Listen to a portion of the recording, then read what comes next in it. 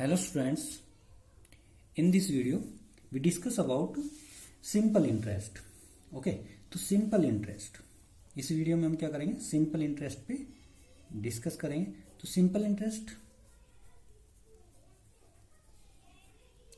तो देखो इंटरेस्ट होता है क्या है। इंटरेस्ट मतलब रुचि नहीं होता, जो हम इंग्लिश में पढ़ते हैं वो वर्ड नहीं है, रुचि नहीं है।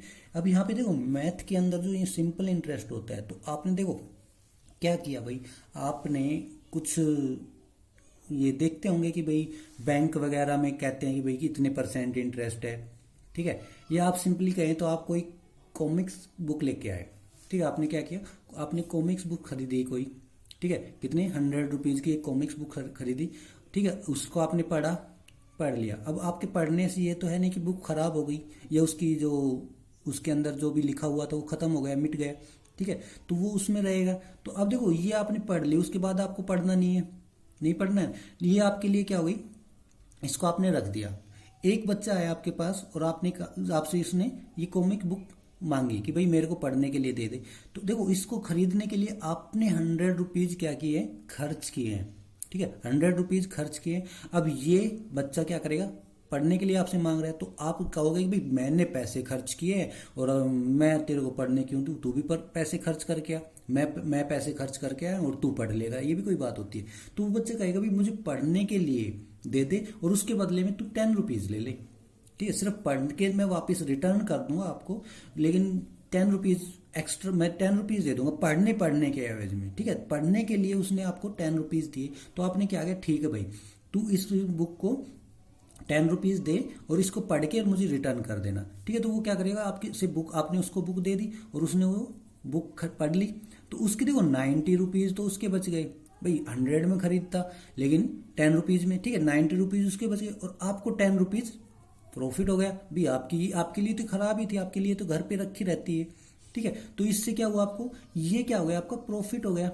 मीन्स एक तरह से आपने बुक के ऊपर क्या किया, आपको क्या किया, जो आपकी बुक थी ना उसके लिए आपने क्या किया, एक फाइन या क्या बोल सकते हैं इसको, उसको पढ़ने के लिए जो उसने पढ़ने के लिए जो आपको उसके लिए पे किया, पढ़ने के सिर्फ पढ़ने के लिए जो बुक पढ़ने के लिए उसने जो पे किया वो क्या किया, 10 रुपीज़ किया ना। तो इससे आपको 10 रुपीज़ का फायदा हो गया ना।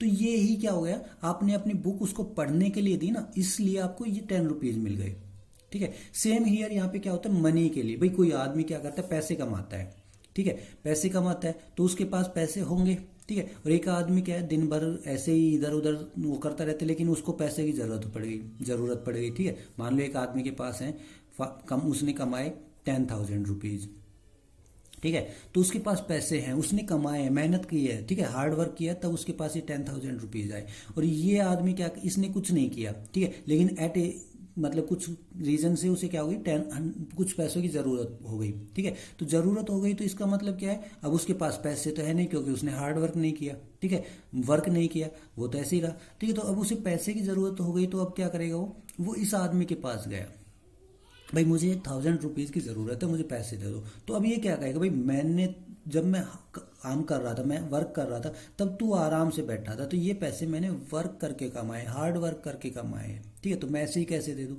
तो वो कहता है भाई तू अगर मेरे को 1,000 रुपीज़ देगा ना, तो मैं इसके एवरेज में मैं तेरे को कुछ एक्स्ट्रा पैसे दूंगा, ठीक है, एक्स्ट्रा पैसे दूंगा। तो वो कहता है ठीक है भाई एक्स्ट्रा पैसे देगा, मैं 1,000 रुपीज़ दूंगा, लेकिन मान लो उसने क्या किया, मैं तेरे को 1,200 रुपीज़ दूंगा अगर तूने मेरे को 1,000 रुपीज़ दिए, ठीक है। तो हालांकि उसने कितने 1,000 रुपीज़ ही दिए इस आदमी को, लेकिन वो इसको कितने रिटर्न कर रहा है, 1,200 रुपीज़, मीन्स 200 रुपीज़ क्या कर रहा है, एक्स्ट्रा दे रहा है, ठीक है। तो जब उसको ये एक्स्ट्रा पैसे क्यों देने पड़े, क्योंकि उसने इसके पैसे जो इसने कमाए थे इसके पैसे यूज किए, खुद के पैसे यूज नहीं किए, इसके कमाए हुए पैसे इसने यूज किए, तो उस क्या उसे फाइन देना पड़ा, ठीक है। तो ये 200 रुपीज़ ही क्या होता है, इंटरेस्ट होता है, इसी को बोलते हैं हम इंटरेस्ट, ठीक है। तो इंटरेस्ट 2 टाइप से होता है, एक सिंपल इंटरेस्ट SI और एक सेकेंड क्या होता है, कंपाउंड इंटरेस्ट CI, ठीक है। तो कंपाउंड इंटरेस्ट हम 8 में पढ़ेंगे, सिंपल इंटरेस्ट पढ़ते हैं, तो सिंपल इंटरेस्ट पढ़ना है हमें, ठीक है। कंपाउंड इंटरेस्ट मीन्स इंटरेस्ट पे इंटरेस्ट लगता है और सिंपल इंटरेस्ट मीन्स बस सिंपली, ठीक है। तो सिंपल इंटरेस्ट पढ़ेंगे। तो सिंपल इंटरेस्ट क्या होता है, सिंपल इंटरेस्ट, तो देखो सिंपल इंटरेस्ट ये तो सिंपली दे दिया उसने। अब सिंपल इंटरेस्ट का जो फॉर्मूला होता है ना वो पहले देख लो, सिंपल इंटरेस्ट ठीक है, SI से लिखेंगे। क्या होता है? Principal, principal multiply by rate of interest,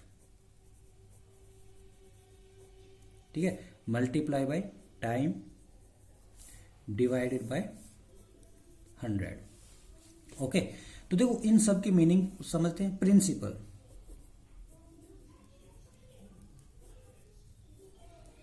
principal sorry, हाँ सही है, प्रिंसिपल, ठीक है, AL होगा भैया। प्रिंसिपल, प्रिंसिपल क्या होता है? अब देखो ये 10,000, यही एग्जांपल ले लेते हैं। 10,000, ठीक है, उसने कमाए, मैन वन ने, ठीक है, ठीक है, M ने कमाए, ठीक है, K ने क्या किया, उससे 1,000 रुपीज क्या लिए, उधार लिए, ठीक है। तो जो उसने उधार लिए हैं उसने क्या किया, उससे इससे लिए ना 1,000। तो जब जो चीज बोरो की जाती है, उधार ली जाती है, उसी को क्या, इन टर्म ऑफ मनी, ठीक है, तो इसको क्या बोलते हैं? प्रिंसिपल बोलते हैं, जो बोरो की गई, ठीक है, जो बोरो की गई उसी को क्या बोलेंगे? प्रिंसिपल बोलेंगे। जो मनी उसने क्या की, इससे ली, लैंड पे ली, ठीक है, तो इसको क्या बोलेंगे? प्रिंसिपल बोलेंगे, ठीक है। अब प्रिंसिपल, ठीक है भाई, हो गया। अब कहता है भाई मुझे, अब ये तो नहीं है कि भाई 200 रुपीज के लिए वो अपने 1,000 रुपीज को 2 साल या 3 साल के लिए उसको उस पे दे दे, ठीक है। तो वो कहेगा कि भाई मुझे तू, ठीक है, 200 रुपीज देगा, लेकिन मैं टाइम पीरियड दूंगा भाई, इतने दिन से पहले अगर तूने मुझे रिटर्न कर दिए तो 200 रुपीज लूंगा, लेकिन इससे ज्यादा दिन लिए तो मैं अलग से कुछ वो करूंगा, ठीक है। तो वो टाइम पीरियड बाउंड करता है। तो टाइम इसलिए इंपॉर्टेंट होता है कि भाई अगर 200 रुपीज के लिए थोड़ी कि वो 10 साल में दे या 5 साल में दे, ऐसा तो हो नहीं सकता ना। 200 रुपीज, 1,000 रुपए का 200 रुपीज अगर वो एक्स्ट्रा देगा 5 साल में, तो क्या फायदा हुआ, ठीक है। तो वो कहता है भाई मैं तेरे को 10 दिन के लिए दे रहा हूँ 200 रुपीज में, ठीक है। अगर 10 दिन से ज्यादा हुए तो मतलब टाइम की क्या आ गई, वैल्यू आ गई इसके अंदर, ठीक है। तो ये टाइम हो गया, ठीक है। अब रेट, अब देखो इसने तो ये क्या कर दिया, एक डायरेक्टली कह दिया, ठीक है,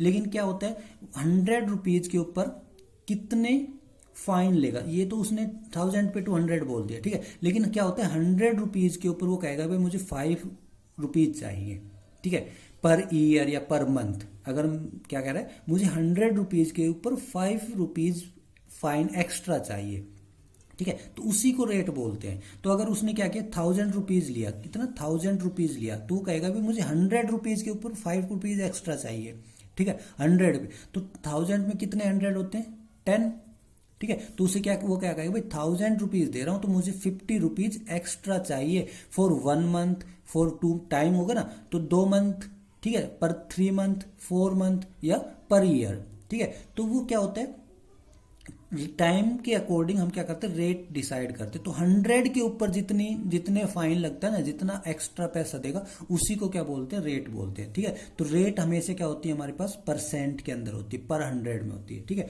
तो ये क्या हो गई हमारे पास, रेट। ओके, तो देखो प्रिंसिपल को किससे, P से रिप्रेजेंट करते हैं, रेट को किससे, R से रिप्रेजेंट करते हैं, और रेट किस में होती है, परसेंट के अंदर होती है हमेशा, ठीक है, इतने परसेंट। और टाइम को किससे रिप्रेजेंट करते हैं, T से, ठीक है। तो सिंपल इंटरेस्ट का फॉर्मूला क्या हो जाएगा हमारे पास, simple interest principal multiply by time multiply by rate. अब देखो रेट क्या है, परसेंट के अंदर है ना, तो परसेंट का साइन हटाने के लिए हमें क्या करना पड़ेगा, डिवाइड करना पड़ेगा 100। तो ये 100 क्या, इसका परसेंट का साइन हटाने के लिए था, ठीक है। तो ये क्या हो गया हमारे पास, सिंपल इंटरेस्ट का फॉर्मूला हो गया। एक क्वेश्चन करते हैं, if principal is 800, principal equal to 800 rupees, ठीक है। Simple interest, sorry, rate r की वैल्यू कितनी, 5% पर एनम, मीन्स 100 रुपीज के ऊपर वो कितना, 5 रुपीज एक्स्ट्रा लेगा 1 साल के लिए, ठीक है, 1 साल के अंदर, ठीक है। 1 साल में अगर वो रिटर्न करेगा तो 100 रुपीज के ऊपर उसे 5 रुपीज एक्स्ट्रा देनी पड़ेंगे। तो 800 में कितने 100 होंगे भाई, 8 होंगे ना, तो 5 4 जा 8 जा 40 रुपीज, तो उसे 180 रुपीज, 800 रुपीज के ऊपर 40 रुपीज 1 साल का ब्याज देना पड़ेगा, फाइन देना पड़ेगा 40 रुपीज, ठीक है। अगर वो 2 ईयर के लिए क्या करेगा, यूज करेगा, तो उसे कितना 80 रुपीज देना पड़ेगा। 3 ईयर के लिए कितना 120 रुपीज देना पड़ेगा, ठीक है। तो रेट ये क्या हो गया, टाइम कितना हो गया हमारे पास, time period equal to 2 year, ठीक है। देखो अब rate of interest per annum मतलब पर ईयर, ठीक है, और ईयर, ये यूनिट सेम होनी चाहिए, ईयर और ईयर सेम होना चाहिए, ठीक है। तो SI क्या हो जाएगा हमारे पास, 800 मल्टीप्लाई बाय कितना पी टी, तो कितना हो गया 2 ईयर मल्टीप्लाई बाई आर कितना 5%, ठीक है। तो 5% है तो 5/100 कर देंगे तो 100, तो कितना आ गया हमारे पास, ये आ गया। तो 8 5 जा या 8 6 2 जा 16 मल्टीप्लाई बाई 5, तो कितना आ गया 80 रुपीज क्या आ गया, सिंपल इंटरेस्ट आ गया हमारे पास। ओके, तो that is simple interest. Okay students, ये क्या है हमारे पास, सिंपल इंटरेस्ट है। नेक्स्ट क्वेश्चन, क्वेश्चन नंबर 6, 5 तक सिंपल ऐसे ही है, ठीक है। तो क्वेश्चन नंबर 6 फाइंड आउट करते हैं। आफ्टर 2 ईयर, तो टाइम देखो, टाइम कितना हो गया, टाइम इक्वल टू 2 ईयर।